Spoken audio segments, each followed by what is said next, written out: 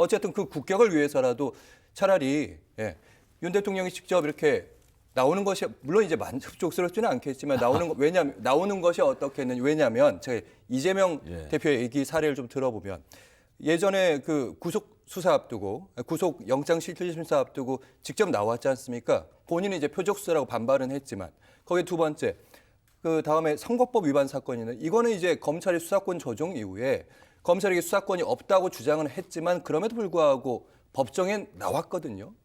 그것과 그건 완전히 다르죠. 다릅니까? 2년 전 9월 달에 예. 이재명 대표가 영장 실질 심사를 받으러 서울중앙지법에 출두를 했잖아요. 예. 국회에서 체포 동의안이 통과가 됐잖아요. 그렇죠. 이 민주당에서 반발표가 왕창 일어나면서 통과가 돼버렸단 말이에요. 예. 그래서 울며 기자무기로 간 거예요. 그러지 않으면 안 가겠죠. 어쨌든 나갔잖아요. 그래도.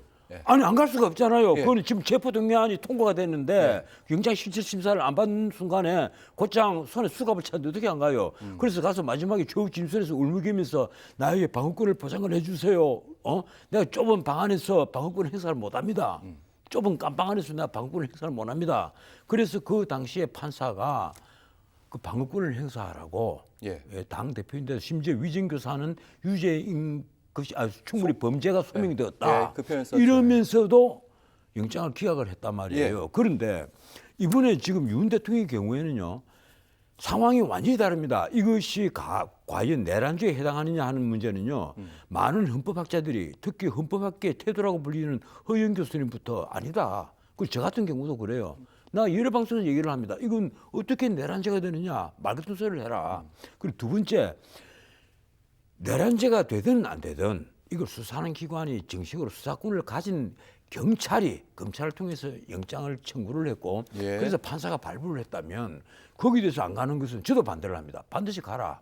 근데 법원 행정처장 그러니까 대법관도 마찬가지고 그다음에 법무부 차관도 이 법원에서 받은 영장은 적법한 영장이다 이렇게 힘을 싣고 있거든요. 이 지금 영장에 법원 대해서. 행정처장이든지 뭐든지 가령 판사가 도장을 찍은 영장을 두고 그 자체를 다시 심사를 기록을 갖고 심사를 하지 않는 한 그 영장이 불법이다. 자기들 마음대로 얘기 못하죠. 팔이 안으로 굽으니까 이 고양이 생선 맡겨놨잖아요. 고양이 한 마리 통 먹었어. 그럼 다른 고양이가 그걸 그럼 안 먹겠어요. 마찬가지예요. 이왕 고양이들에게 생선을 맡겨놓은 꼴이 되어버렸단 말이에요. 지금 제가 보기에는 우리나라의 국격은 완전히 바닥에 떨어지고 대통령의 권위는 이미 땅에 떨어졌지만 그렇더라도 우리가 지킬 것은 지켜야죠. 대통령이 가령 어떤 중대한 범죄의 그 현행범이 아닌 한 대통령에게 체포를 하겠다고 이렇게 경찰이 몇천 명이 몰려간다. 우리가 그걸 어떻게 이해를 해야 합니까? 과연 미국 같은 나라에서 이 대통령이 원유 국가잖아요. 그 나라에서 이런 식의 일이 벌어졌느냐? 아무도 없습니다. 알겠습니다. 이거보다 훨씬 더한 내가 평진들을 워낙 많이 읽어봤기 때문에 그 평진들을 보면 온갖 일들이 다 있어요.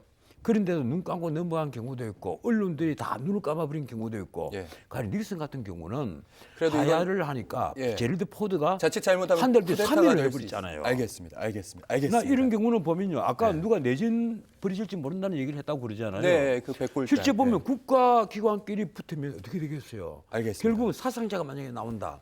지금요. 솔직히 변호사님 말해서 뒷부분이 아니 한 말씀만 딱 드릴게요. 영장을 집행하다가 만에 하나라도 윤 대통령에게 신체적인 위해가 갔다. 뭐 옷이라도 찢겨나갔다. 이러면 어떻게 되겠어요?